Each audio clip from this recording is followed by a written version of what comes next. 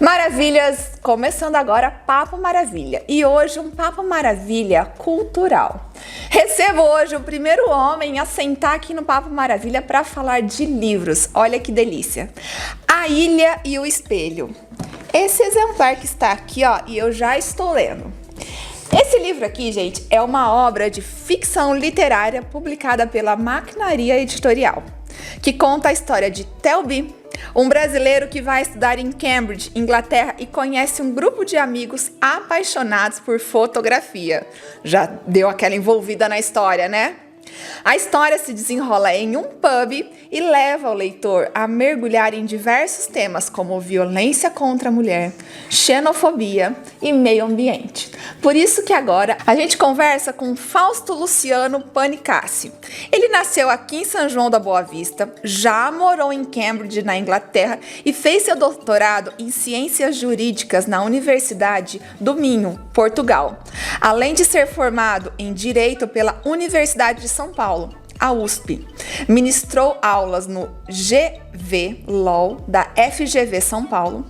E a sua paixão pela arte e literatura levou a estudar fotografia, história do cinema e história da arte. Ele é promotor de justiça e escritor com obras literárias publicadas, entre elas O Silêncio dos Livros, que alcançou listas da Amazon de mais vendidos na Espanha e no Brasil. E agora vocês conferem esse papo para nós falarmos sobre A Ilha e o Espelho. Fausto, obrigada por estar aqui com a gente para falar do lançamento do livro A Ilha e o Espelho, mais vários outros livros aqui na nossa bancada. A gente quer saber, do jurídico para a arte e cultura, duas vertentes completamente diferentes e que você lida muito bem. Como que isso surgiu na sua vida, Fausto? A escrita vem desde muito cedo, né? Desde muito novo, sempre fui um leitor desde criança, fui incentivado pela família, isso facilita bastante. Lá pela adolescência escrevi alguns textos, né? Despretensiosamente, ficaram guardados. Sim. Alguns outros se perderam com o tempo, e aí foi me dedicar à carreira jurídica, mas eu sabia que em algum momento eu ia ter que escrever, era uma necessidade. Então, já um pouco mais velho, perto dos 30 anos, eu fui me dedicar mais à literatura. Nunca parei de ler, evidentemente, nunca parei de estudar. Sim. E aí comecei a, de fato, escrever as primeiras histórias já com seriedade, digamos assim, não mais como um hobby. Entendi. Então aquela rebeldia de adolescente que detesta as aulas de redação, você não teve esse problema com você? Não, já foi uma paixão desde o início? Sim, era uma alegria, né, ser colocado para fazer uma redação, qualquer que fosse o tema, era uma coisa que eu realmente gostava. Jovens, inspirem-se, tá? Vocês que estão fugindo das aulas de redação, pode parar, principalmente pela importância. E conhecimento não ocupa espaço, né, Fausto? Com certeza, com certeza. E a inspiração? Como que ela vem? Como você disse, foi um marco. Depois dos 30 você falou, sim, não, vou pegar com a seriedade, vou deixar de ser um hobby e vai se tornar também a profissão. Sim. Você está na área jurídica, promotor. Sim. Como que vem essa inspiração, Fausto? A questão da inspiração é algo delicado, né? Se alguém tem realmente pretensão de escrever seriamente, se for ficar esperando o momento ideal, a inspiração, o lugar perfeito, não vai sair. Não é isso. Aquele então, sonho. Isso é talvez um devaneio. Tem uma frase que é atribuída ao Pablo Picasso, né? Não sei se é dele ou não, mas já havia atribuído de várias formas, que teria sido perguntado uma vez, né? Como é que o senhor lida com a inspiração? Ele diz, olha, quando a inspiração chega, eu não sei se existe inspiração, mas quando ela chega, me encontro trabalhando. Então, olha só! É algo, é mais ou menos por aí, né? A gente tem que se impor, tem que ter uma disciplina. Existe uma ideia, talvez um tanto romantizada, da carreira do escritor, né? Daquele sujeito que escreve a qualquer momento, que tem uma inspiração e senta e passa uma noite com uma garrafa de uísque ou bebendo qualquer coisa e aí sai uma obra-prima no dia seguinte. Eu não sei se alguém consegue fazer isso, né? Não é o meu processo, evidentemente. Sim. É um processo de muito trabalho, muita labuta, muita reescrita, trechos dos livros que eu reescrevi, acho que dezenas de vezes, revisei. Vai e volta. Extirpei, trouxe de volta, voltei à versão original. Olha, é realmente trabalhoso para quem quer lidar com a linguagem, para quem quer realmente se aprofundar na natureza, na personalidade daqueles seres que estão sendo criados ali naqueles personagens. É claro que há momentos mais favoráveis, né? Não então, tenha dúvida. Tem um momento de silêncio, um lugar agradável, né? Um lugar tranquilo. Ou quando você tem uma mulher lindíssima como a minha, que é inspiradora. Gabriele, maravilhosa. Isso tudo facilita.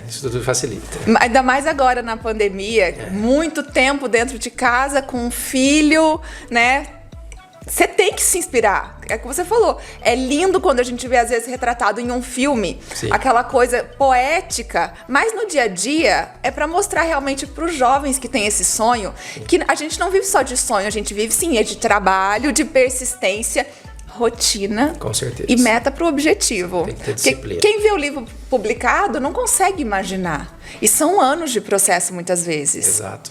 Esse, por exemplo, começou a ser escrito em 2012, saiu publicado em 2022. Olhem 10 isso. Anos. Foram 10 anos contínuos, porque houve uma interrupção, eu escrevi outro livro e fiz meu doutorado no meio do caminho. Mas ainda assim, são 10 anos de um projeto inicial se ter o livro publicado e entregue ao leitor. Olha só, história inspiradora para vocês.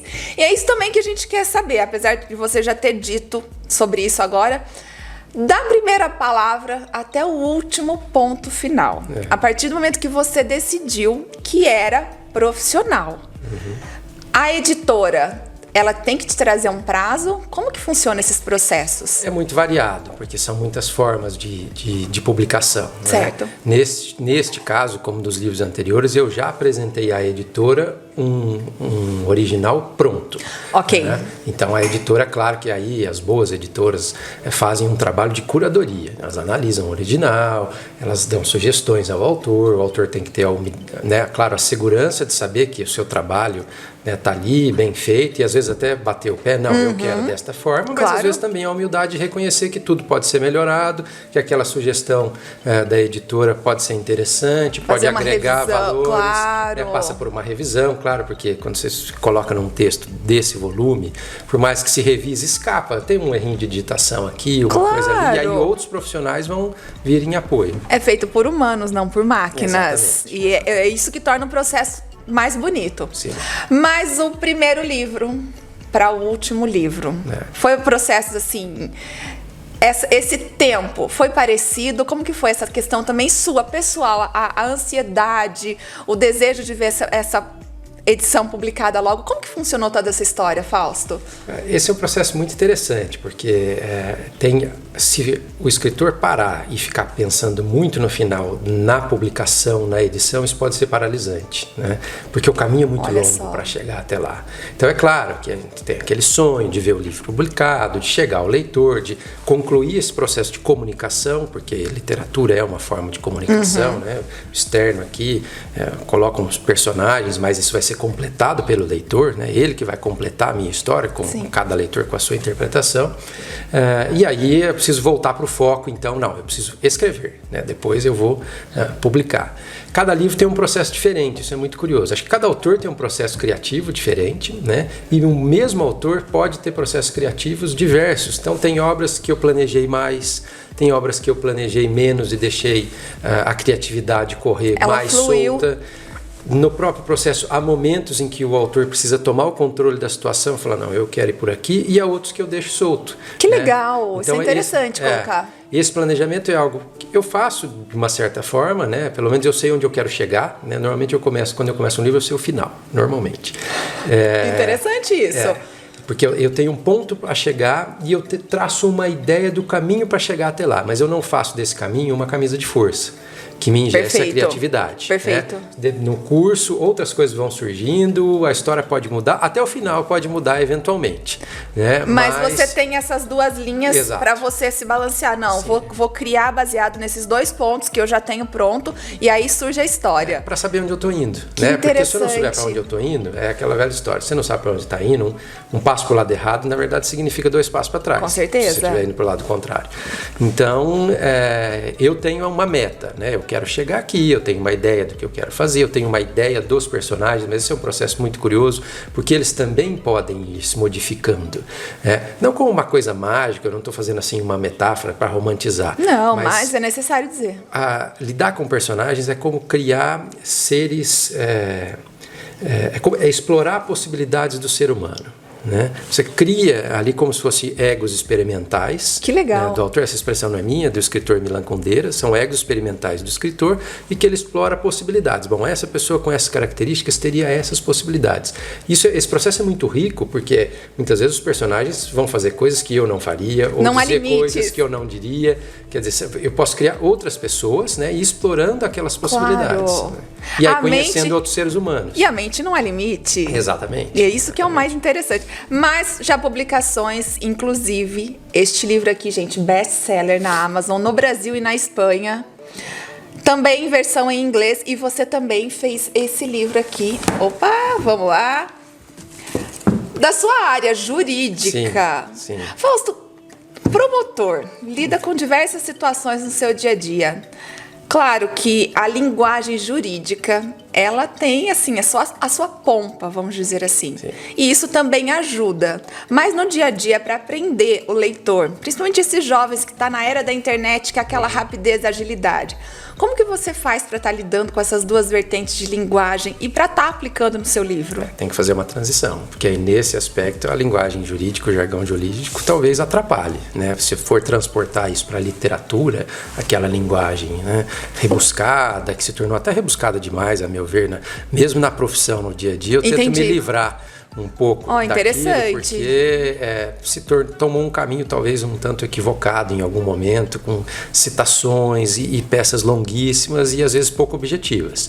Então eu tento já no trabalho ser mais objetivo, mais direto ao ponto, e na literatura sem dúvida. Aí é uma luta para quem trabalha na área jurídica se despir daquela linguagem que você usa no dia a dia, o dia inteiro, claro, né, aquelas formalidades, para tentar uma linguagem mais fluida, né? Porque o receptor não necessariamente vai ser alguém da área jurídica. Com certeza. Né? Vai ser uma pessoa que quer ler uma boa história, que quer viver uma aventura, um amor. Senão né? você acaba nichando demais também o público que Exatamente. vai... Não seria esse. Não esse caso, sim. Esse é um sim livro é jurídico. Exato, ok. jurídico. É um livro nichado. Exato. No caso, a ficção romântica aqui, nada disso. Então, você precisa estar abraçando esse público. Exato. Eu falo porque eu tenho a leitora em casa, eu já te contei essa história, minha filha, e ela ama romances. Então, eu falo que eu me divirto só de ver a expressão dela na leitura, porque ela chora com os livros, ela dá risada, e todo mundo que está em volta no ambiente dela consegue se prender à história só pela leitura da Júlia. Então, quer dizer, são livros bem escritos e realmente que conseguem prender. E eu falo assim, deve ser uma dificuldade muito grande para o autor pensar em diversas faixas etárias, Sim. que nem no caso da minha filha, só com 19 anos. Como eu disse, com essa era digital, que é tudo muito rápido, um passar de dedos. Falar... O que me faz pegar um bom livro e me prender? A Júlia fica presa horas e horas. Então, é uma curiosidade que eu tinha e você está conseguindo lidar isso muito bem. Estou lendo A Ilha e o Espelho. Gente, é uma história tão envolvente e ela vai pro... Não vou dar spoiler, só estou dizendo para vocês que ela vai num ponto e volta, aí você começa a pegar os fios da história e começa a fazer as conexões. Vale muito a pena essa leitura. E sim, a gente vai falar sobre esse livro. Fausto, uma ficção.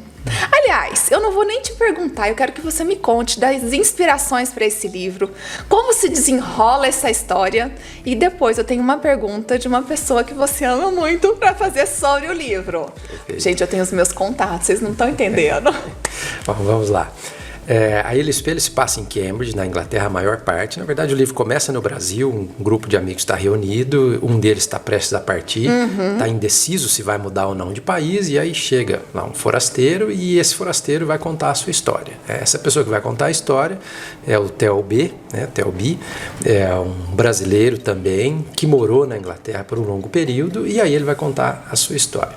Bom, eu morei em Cambridge, nessa cidade onde se passa a história, então, e tenho um apreço gigantesco por aquela cidade, fiz maravilhosos amigos, vivi muitas aventuras, viajei muito. Que legal! Então, tudo isso agrega elementos. O livro não é autobiográfico, ou seja, não estou contando a minha história. Já matando a curiosidade, porque eu ia chegar nessa pergunta. Mas é claro que há episódios que eu presenciei ou que me foram relatados e que eu trago para o livro de uma forma ficcionalizada, não reproduzido. Eu entendi. Então, eu tive lá muitos amigos e esse livro também trata de um grupo de amigos, mas Legal. não há uma correspondência direta entre o personagem tal e o amigo tal. Não é o Fausto que está aqui. Não é o Fausto São que as tá aí. vivências do Fausto que trouxe a criação da história. Exatamente, que inspiraram a criação desses personagens. Alguns episódios são, sim, coisas que eu vivenciei, mas eu coloco isso nos personagens e mudo algumas coisas. Depois a gente pode até falar de alguns desses episódios, alguns até dramáticos e tal. Sim, seria bem interessante a gente falar. Passam o livro, passam pelo livro. O livro conta a história, vai contar então o miolo dele, a história deste personagem, Theo. Ele é um advogado muito bem sucedido, mandado para trabalhar na Inglaterra, vai se instalar em Cambridge, onde ele também faz pós-graduação na prestigiosa universidade, né, que tem muitos séculos de existência. Sim. É uma cidade lindíssima, que inspira sabedoria, conhecimento, é um lugar fantástico, romântico até, tem um riozinho que passa no meio, com os barquinhos e tal. Inspira a escrever mesmo, inspira né? a escrever, sem dúvida. E muitas das ideias surgiram quando eu morava lá, isso ainda em 2007, mas eu só fui começar a escrever o livro em 2012. Então conta a história. Ele está morando na Inglaterra e em determinado momento ele é confundido com outro indivíduo que é muito parecido com ele. E quando ele encontra de fato esse indivíduo, ele se reconhece, né? Fisicamente eles são muito parecidos, mas tem personalidades muito diversas. Esse outro sujeito, que é o Luca, é um fotógrafo italiano que foi correspondente de guerra, cobriu a guerra da Bósnia, tem traumas dessa guerra, se recusa a falar daquele período pelas atrocidades que ele viu. E aí ele passa a integrar esse grupo de amigos que se encontra num pub, o The Eagle, é um pub tradicional lá de Cambridge, um grupo um tanto quanto boêmio, que gira em torno da fotografia, porque o Luca é professor de fotografia de todos eles. Ele vai conhecer ali a Lily e a Stella, são duas inglesas, duas mulheres muito bem-sucedidas também, empoderadas, e vai se desenhar aí um triângulo amoroso, com um grande complicador, porque ambas são comprometidas, então tem uma série de histórias. Não, é muito envolvente. Né, que vão se entrelaçando. A Lily é uma psicóloga que lida com casos de violência contra a mulher e é um tanto frustrada por não conseguir ajudar como gostaria aquelas mulheres. Já a Stella é uma alta executiva de uma empresa de tecnologia, mas tem dotes artísticos, toca violino, pinta. São mulheres com profissões completamente diferentes, mas que têm as suas paixões. Exatamente. São amigas, mas eu tenho que fazer a ligação à sua paixão também pela fotografia. Sem dúvida, sem dúvida. Isso foi depositado aí. Eu amo fotografia, estudo fotografia há muito tempo, sou fotógrafo amador. E aí muito gira em torno da fotografia, e a fotografia também vai servir como metáfora de outro tema que vai conduzir o livro, que é o olhar para o outro, né? Através da fotografia, inclusive o próprio personagem narrador vai sofrer uma transformação na forma como ele olha para as outras pessoas. Olha, gente, arte... Aqui a gente está falando com o Fausto, um escritor, arte, cultura, e na história também há essa ligação. No dia a dia a gente se identifica bastante com os personagens porque são realidades com a qual nos deparamos. Aqui no Mulheres Maravilha a gente fala bastante sobre violência contra a mulher, e, infelizmente, uma realidade que você na sua profissão lida diariamente. E sim, como a personagem mesmo... A gente quer fazer mais, mas muitas vezes a gente está ali de mãos atadas. Mas também tem outros temas muito interessantes e muito pontuais. Sim. Xenofobia, o meio ambiente, poluição, a violência contra a mulher. Fausto, são temas atuais. Sim. E que a gente precisa falar e que precisa escrever e tá sempre... falando para as pessoas, olha, essa é a nossa realidade. E como que você desenrolou tantos temas com tantos personagens diferentes para estar na Ilha no Espelho? Essa ligação é feita justamente através da ideia do olhar para o outro, né, da empatia. Por quê? Porque o princípio do livro é um grupo de amigos, né, boêmio, vivendo uma vida muito confortável em Cambridge, que em princípio não teriam ali, não estão expostos a essas duras realidades, à exceção da Lily, que lida com aquilo diariamente. Eu lido com isso, infelizmente, diariamente no meu trabalho como promotor. Nossos índices de violência são tenebrosos. Né? O Brasil é o país que mais... Terrível. Feminicídio, né? Terrível. Ano passado foram, acho que, 1.319 feminicídios registrados. Olha só. 56 mil boletins de ocorrência referente à violência sexual. Nossa. O que dá um caso de violência sexual contra a mulher a cada 10 minutos no Brasil, ano passado. Quer dizer, uma coisa terrível. Precisa ser mesmo muito falado sobre isso. Sem dúvida.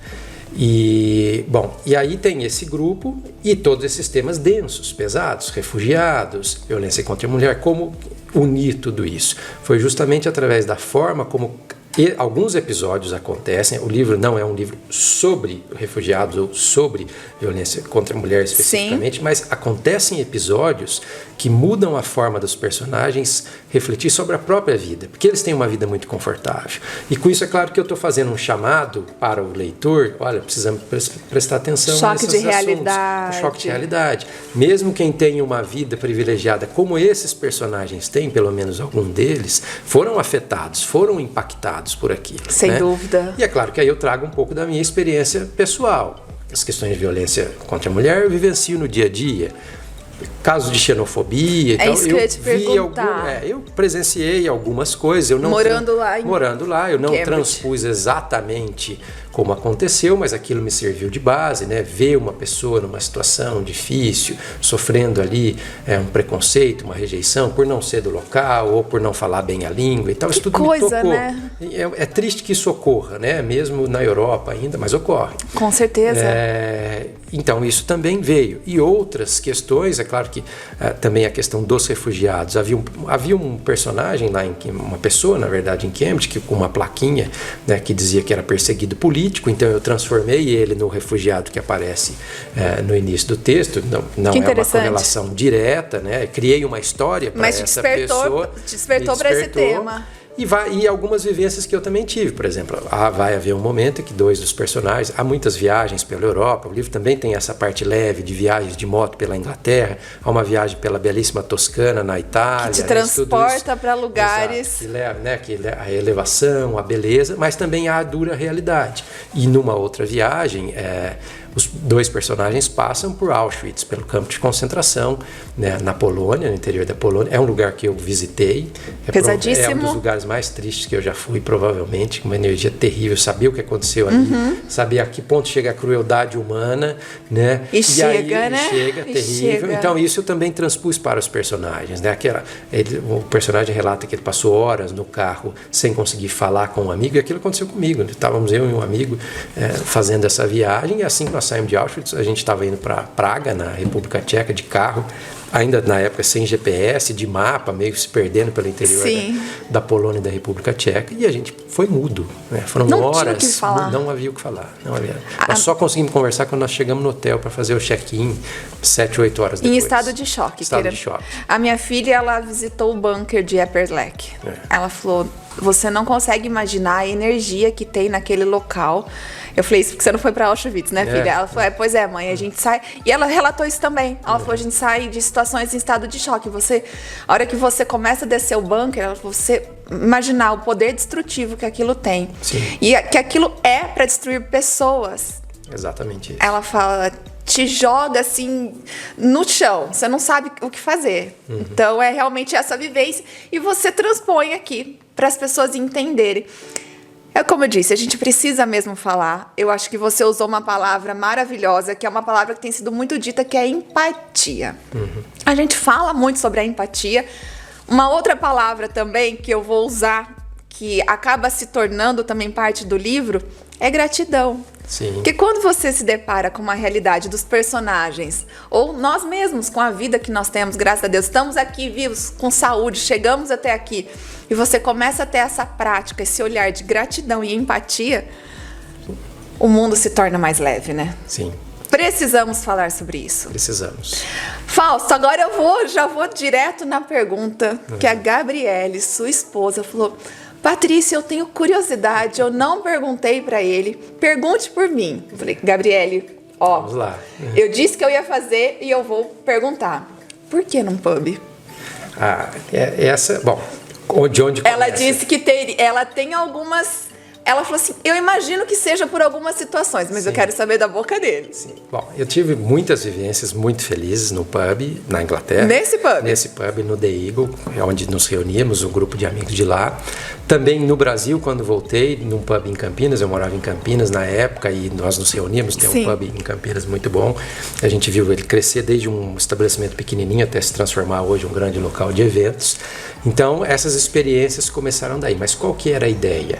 Era justamente fazer esse contraste entre a vida em que algumas pessoas vivem, e eu tive o privilégio de viver nesse mundo de amigos, de festa, de alegria, né? Que marca para sempre, exato, né? E marca para sempre, de amizades que a gente carrega para o resto da vida, excelentes memórias, mas fazer um contraste que, na verdade, o ser humano é paradoxal, a gente vive, né, uma situação sempre contraditória, porque nós somos capazes disso, mas também somos capazes dos atos mais terríveis. Né? Então, era justamente para fazer essa quebra. Né? No momento, os personagens estão num pub discutindo arte ou jogando conversa fora. E um lugar descontraído.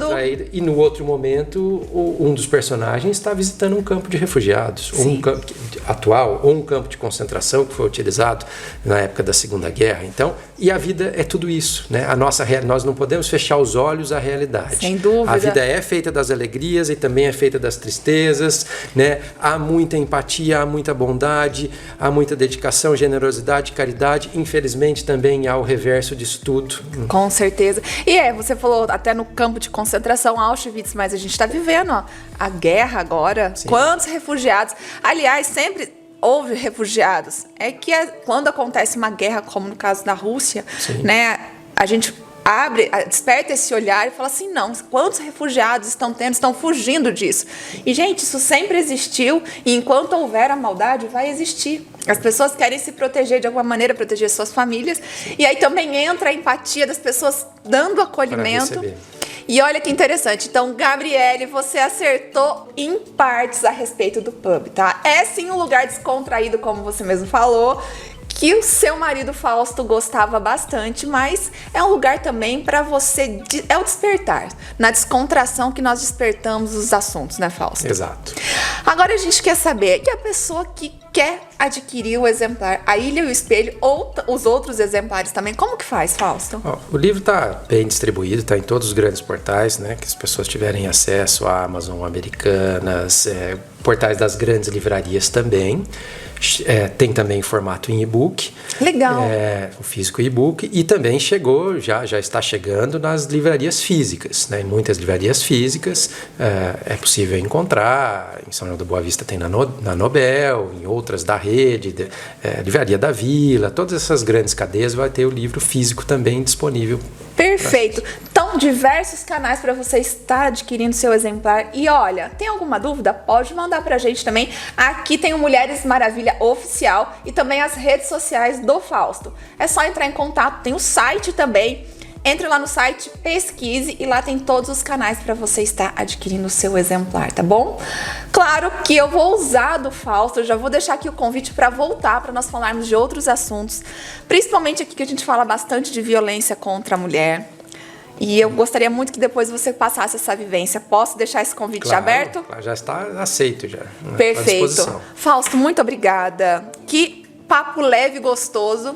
E cultura e conhecimento nunca é demais. Muito obrigada. Eu que agradeço. Foi uma alegria, um prazer estar aqui com vocês. Gente, Papo Maravilha vai ficando por aqui, mas o Mulheres Maravilha continua para vocês. Fica aí comigo.